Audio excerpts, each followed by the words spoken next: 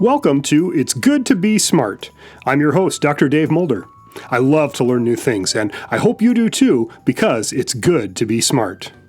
Today, we're diving into the super tiny but super important world of molecules. You might not always see them, but molecules are all around us, making up everything we touch, see, and even breathe.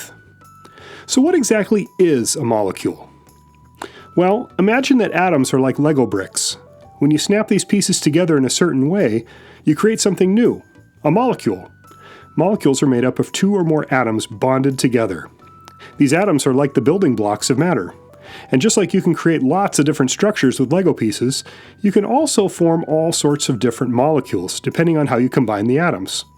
So let's put the pieces together to try to understand how molecules form. First, let's remind ourselves what an atom is. An atom is the smallest piece of an element, which is a pure substance made up of just one type of atom. And you should keep in mind that everything is made up of atoms. Now, each atom has a nucleus in the center made up of protons and neutrons, but what makes atoms react with each other are tiny particles called electrons. And electrons zoom around the nucleus in different energy levels, or shells. And it's these electrons that are the key to how atoms bond with each other to form molecules. Okay, you with me so far? Then, let's talk about how molecules form. I'm going to describe this as if atoms want to be happy, but it's important to remember that atoms don't really have feelings, right? Because they aren't alive. But the goal for an atom is to have its outermost electron shell completely full, because that's what will make the atom happy. And filling those electron shells is what we're actually thinking about here. How can those electron shells get filled up? One way atoms can bond together is by sharing electrons. This is called a covalent bond. Imagine two people sharing a pizza. If both of them share the pizza fairly, they both get some, and both people are happy as a result. If one person hogs all the pizza, the other person won't be too happy. But if they share fairly, both can wind up happy. And covalent bonds are kind of like that. Two atoms are sharing electrons, so they can both be happy as a result. In a covalent bond, atoms share electrons so that both can feel like they have a full set of electrons in their outer shells. By sharing, atoms can fill up their outer shells and become more stable. A great example of this is water, which is made up of molecules that have two hydrogen atoms and one oxygen atom. Each hydrogen atom shares one electron with the oxygen atom. The oxygen atom, in turn, shares one of its electrons with each hydrogen atom. And together they form a molecule of water, H2O. The hydrogen and oxygen atoms are sharing electrons to make the molecule stable. Not all bonds are about sharing electrons, though. Some atoms don't share their electrons as much as they give or take them. This kind of bond is called an ionic bond. In an ionic bond, one atom gives away one or more electrons to another atom. The atom giving up an electron is happy because it got rid of an extra electron that was hanging around, and the atom that received the electron is happy because it has a full outer shell as well. When this happens, the atom that gives away electrons becomes positively charged, and the atom that takes electrons becomes negatively charged. Since opposite charges attract, the two atoms stick together. A great example of this is table salt, also known as sodium chloride, which is a molecule made up of one sodium atom and one chlorine atom. The sodium atom has one electron in its outer shell, while the chlorine atom needs one more electron to fill its shell.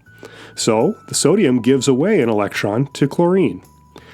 When the sodium gives away its electron, it becomes positively charged, and chlorine, by gaining that electron, becomes negatively charged. Both of them then have full outer electron shells, so both atoms are happy. But here's the amazing part. The positive sodium ion and the negative chlorine ion are electrically attracted to each other, and so they stick together, kind of like the way two magnets can stick together. The positively charged sodium ion and the negatively charged chlorine ion form an ionic bond, creating a molecule of table salt. So far we've talked about how atoms come together to form molecules, but did you know that molecules always have specific ratios of atoms? This means that the number of atoms in each molecule is always the same. Take carbon dioxide, for example. A molecule of carbon dioxide, CO2, always has one carbon atom and two oxygen atoms. That ratio never changes. And that's why every time you breathe out, you're releasing CO2, a molecule with one carbon and two oxygens, every time. Another example is water. As I mentioned earlier, a water molecule always has 2 hydrogen atoms for every 1 oxygen atom. So whether you're drinking water, swimming in it, or just looking at a glass of it, those H2O molecules are always made up of 2 hydrogen atoms and 1 oxygen atom.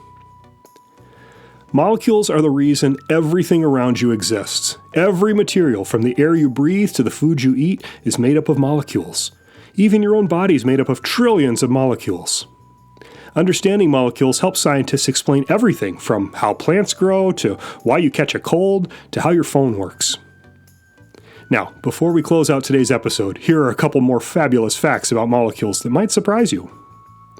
Water is a fascinating molecule, and the unique characteristics of a molecule of H2O give the water its useful properties. Water molecules are polar, which means there's a slightly positive end on the hydrogen side and a slightly negative end on the oxygen side. And this is why water can dissolve so many substances, making it the universal solvent. It's also why water sticks to things, like when droplets form on a glass. This is called cohesion. We might take water for granted because it's so common in our lives, but it's actually a seriously amazing substance. In some situations, atoms of the same element can actually bond together in pairs to make molecules. This is fairly rare, but nitrogen and oxygen are 2 examples of common substances that can do this. That means in a molecule of oxygen, in its normal form, it's 2 atoms of oxygen bonded together to make O2. The same thing is true of nitrogen. A molecule of nitrogen is N2, which means 2 atoms of nitrogen bonded together. I mentioned that these are common substances, and it's true. That air you're breathing right now, it's made of a mixture of mostly N2 and O2 molecules in a ratio of about 78% nitrogen to 21% oxygen, with that last 1% being a mixture of a whole bunch of different kinds of molecules from a variety of other gases. And here's a weird molecular fact. The color of your food is in the molecules. The colors of fruits and vegetables come from molecules called pigments. For example, the red color in tomatoes comes from a molecule called lycopene, while the green color in spinach is due to chlorophyll. Blueberries are blue because of a molecule called anthocyanin, and carrots are orange because of a pigment molecule called beta-carotene. No joke. These molecules absorb light in different ways, which gives plants their color and helps them absorb energy from the sun. So to wrap up, molecules are the building blocks of everything around us. From the water we drink to the air that we breathe, molecules make life possible. Understanding how atoms bond to form molecules helps us unlock the mysteries of nature, science, and even technology. Thanks for joining me for this episode. Nice work leveling up your brain power today.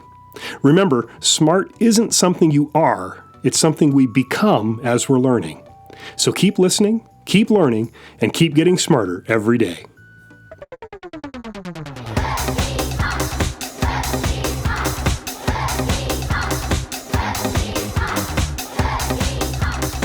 It's Good to Be Smart is created and produced by me, Dr. Dave Mulder, with the support of the National Science Foundation through a Robert Noyce educational grant. Subscribe to this feed so you'll never miss an episode, and check out our home on the web, goodtobesmart.com. And until next time, keep asking questions, stay curious, and keep learning, because it's good to be smart.